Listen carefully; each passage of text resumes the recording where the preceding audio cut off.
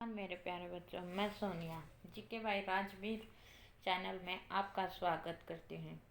इसमें हम बात करेंगे सिंधु घाटी सभ्यता के 10 महत्वपूर्ण पर्सन और हर एक पर्सन के बारे में हम पूरी व्याख्या और विस्तार से पढ़ेंगे। इंडिया के हर एक पर्सन में यहाँ से 2 या 3 पर्सन जरूर आते हैं, इसलिए यह वीडियो आपको अंत तक देखना चाहिए और आपको साथ में यह भी देखना चाहिए कि आपके 10 में से कितने पर्सन ठीक होते हैं। अब शुरू करते हैं। पर्सन हड़प्पा सभ्यता का सर्वाधिक मान्यता प्राप्त काल कौन सा है? 2800 से 2000, 2500 से 1750 ईसा पूर्व, 3500 से 1800 ईसा पूर्व, या इनमें से कोई नहीं। इसका राइट आंसर है 2500 ईसा पूर्व से 1750 ईसा पूर्व। रेडियो कार्बन C14 जैसी नवीन विश्लेषण पद्धति के द्वारा सिंधु सभ्यता का सर्वमान्य तिथि 2500 ईसा पूर्व से 1750 ईसा पूर्व मानी गई। सिंधु सभ्यता की खोज राय बहादुर दयाराम साहनी ने की। सिंधु सभ्यता को प्रागैतिहासिक अथवा कांस्य युग में रखा जा सकता है। इस सभ्यता के मुख्य निवासी द्रविड़ और भूमध्य सागरीय थे। अगला प्रश्न, सिंधु घाटी की सभ्यता निम्नलिखित में से किस सभ्यता की समकालीन नहीं थी? मिस्र सभ्यता की, मेसोपोटामिया सभ्यता की, चीन की सभ्यता की, ग्रीक की सभ्यता की? इसका राइट आंसर है ग्रीक की सभ्यता। सिंधु घाटी सभ्यता मिस्र, मेसोपोटामिया, क्रीट सभ्यता की समकालीन थी। क्षेत्रफल की दृष्टि से मिस्र, मेसोपोटामिया, क्रीट की अपेक्षा सिंधु घाटी सभ्यता अधिक विस्तृत थी। समकालीन विश्व का कोई अन्य सभ्यता सिंधु सभ्यता से विस्तृत नहीं थी। इसके सभी स्थलों से प्राप्त तो न केवल समता या एकरूपता भी है। सुमेरिया यानी कि मेसोपोटामिया में सेंधो जैसी सभ्यता के बर्तन, मोहरे और चूल्हे मिले हैं। मिस्र में मिले आभूषण और श्रृंगार के प्रावधान सेंधो आभूषण और श्रृंगार के प्रावधानों जैसे ही हैं। क्रीट सभ्यता से प्राप्त चित्र भी सिंधु घाटी के चित्रों के समान ही हैं। इन प्रमाणों से स्पष्ट होता है कि सिंधु सभ्यता सुमेरिया यानी कि मेसोपोटामिया, मिस्र या क्रीट की सभ्यताओं से व्यापारिक संबंध था। अगला प्रश्न, सिंधु घाटी सभ्यता कहाँ तक विस्तृत थी? पंजाब, दिल्ली और जम्मू कश्मीर बी, राजस्थान, बिहार, बंगाल, उड़ीसा सी, पंजाब, राजस्थान, गुजरात, उड़ीसा और बंगाल डी, पंजाब, राजस्थान, गुजरात, उत्तर प्रदेश, हरियाणा, सिंध और बलूचिस्तान। इसका राइट आंसर होगा पंजाब, राजस्थान, गुजरात, उत्तर प्रदेश, हरियाणा, सिंधु, बलूचिस्तान। सिंधु सभ्यता के सर्वाधिक पश्चिमी पुरास्थल दासक नदी के किनारे स्थित सुतकाट के डोर बलूचिस्तान में है। जो पूर्वी पुरास्थल हिंडन नदी के किनारे पर आलमगीर जिला मेरठ उत्तर प्रदेश में है। उत्तरी पुरास्थल चीनाब नदी के तट पर अखनूर के निकट मोडा जम्मू कश्मीर तथा दक्षिणी पुरास्थल गोदावरी नदी के तट पर दायमाबाद जिला अहमदनगर महाराष्ट्र। सिंधु सभ्यता सेंधो सभ्यता नगरीय सभ्यता थी। सिंधु सभ्यता से प्राप्त परिपक्व अवस्था वाले स्थलों में केवल 6 को ही बड़े नगरों की संज्ञा दी गई थी। वह मोहनजोदड़ो, हड़प्पा, अंगवारीवाला, धोलावीरा, राखीगढ़ी, कालीबंगन।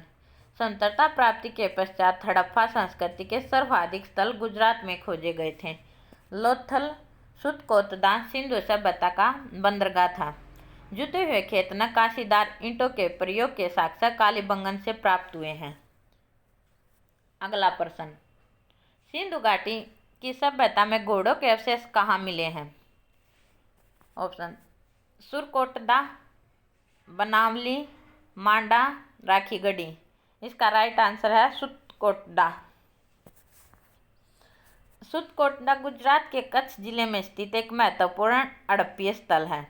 यहाँ से घोड़ों के अस्थि अवशेष प्राप्त हुए हैं, परंतु सिंधु सभ्यता हड़प्पा सभ्यता संस्कृति में घोड़ों के अस्तित्व को स्वीकार नहीं किया जाता।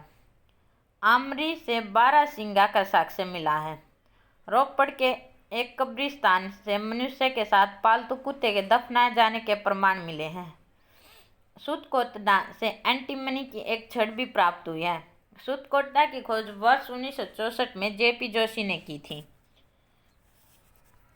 अगला प्रश्न, सिंधु घाटी स्थल कालीबंगन किस प्रदेश में है?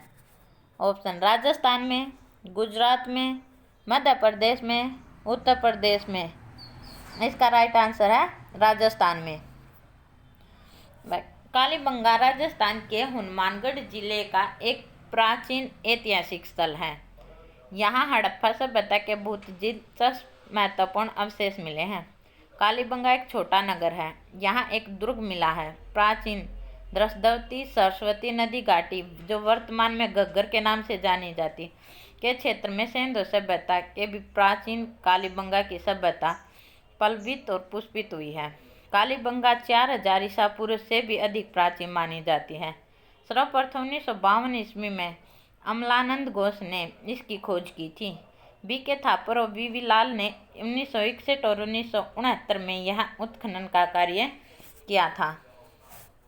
अगला प्रश्न, निम्नलिखित में से किस पदार्थ का उपयोग हड़प्पा काल की मुद्राओं के निर्माण के रूप में किया गया था? सेलखड़ी का, कांस्य का, तांबा का, लोहा का। इसका राइट आंसर है सेलखड़ी। हड़प्पा काल की मोहरें मुख्यतः वर्गाकार थीं और सेलखड़ी की बनी थीं।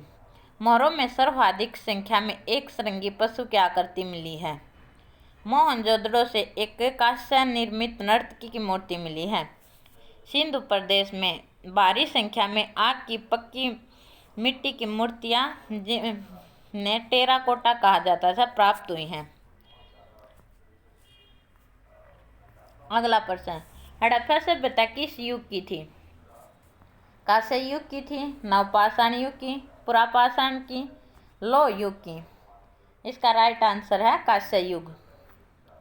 सिंधु सभ्यता को उनकी लिपि के न पढ़े और न पढ़े जा सकने के कारण अर्ध ऐतिहासिक काल के अंतर्गत स्थान दिया गया है। तृतीय कांस्य काल में ताम्र पाषाणिक सभ्यता रेडियो कार्बन विश्लेषण के आधार पर 2500 ईसा पूर्व में विद्वान मानी जाती है, किंतु यह सभ्यता अपने उत्कृष्ट काल में 2350 से 1750 ईसा पूर्व अर्थात 500 वर्ष तक रही। अगला प्रश्न, सिंधु घाटी सभ्यता के लोगों का मुख्य व्यवसाय क्या था? व्यापार था, पशुपालन था, शिकार था, कृषि था। इसका राइट आंसर है कृषि। सिंधु घाटी के लोगों का मुख्य व्यवसाय कृषि था। हड़प्पा सभ्यता में अनेक फसल की खेती होती थी, जिनमें प्रमुख था गेहूं और जौ। चावल का प्रयोग हड़प्पा काल में सीमित मात्रा में होता था। रंगपुर और लोथल से चावल के प्रमाण मिले हैं। हड़प्पावासी मेसोपोटामिया से व्यापार करते थे। चांदी का प्रयोग भारत में प्रथम बार हड़प्पा वासियों के द्वारा किया गया था। कपास की खेती सर्वप्रथम हड़प्पा वासी द्वारा शुरू की गई। चेस यानी कि शतरंज की शुरुआत भी हड़प्पा लोगों ने की थी। कपास को यूनानी लोग सिंडन कहते थे। अगला प्रश्न, हड़प्पा सभ्यता के निवासी थे, ग्रामीण थे, शहरी थे, खानाबदोश यानी यायावर थे, जनजातीय थे। इसका राइट आंसर है शहरी। भारत का प्रथम नगरीकरण हड़प्पा सभ्यता के द्वारा किया गया। भारत में द्वितीय शहरीकरण गंगाधारी में 6वीं शताब्दी ईसा पूर्व में हुआ। वैदिक सभ्यता ग्रामीण सभ्यता थी। यायावर यानी कि खानाबदोश व्यवस्था मानव के प्रारंभिक काल को दर्शाता है। शहर होने के लिए प्रथम शर्त खेती के अतिरिक्त उपज होना अनिवार्य है। शहर उन्हें कहेंगे जहां 75% मानव जनसंख्या गैर कृषि कार्य में संलग्न हो। हड़प्पा अर्थव्यवस्था कृषि, अधिशेष पशुपालन, अंत हस्तशिल्प, समृद्ध आंतरिक वाद्य व्यापार पर आधारित थी, इसलिए इसे शहरी सभ्यता कहा जाता था। अगला प्रश्न, सिंधु सभ्यता के घर किसके बनाए जाते थे? ईंट से, बांस से, पत्थर से, लकड़ी से। इसका राइट आंसर है ईंट से। सिंधु घाटी के घर मुख्यतः ईंट से बनाए जाते थे। लकड़ी का भी प्रयोग घर बनाने के लिए किया जाता था। ईंट धूप में सुखाकर और पकाकर प्रयोग में की जाती थी।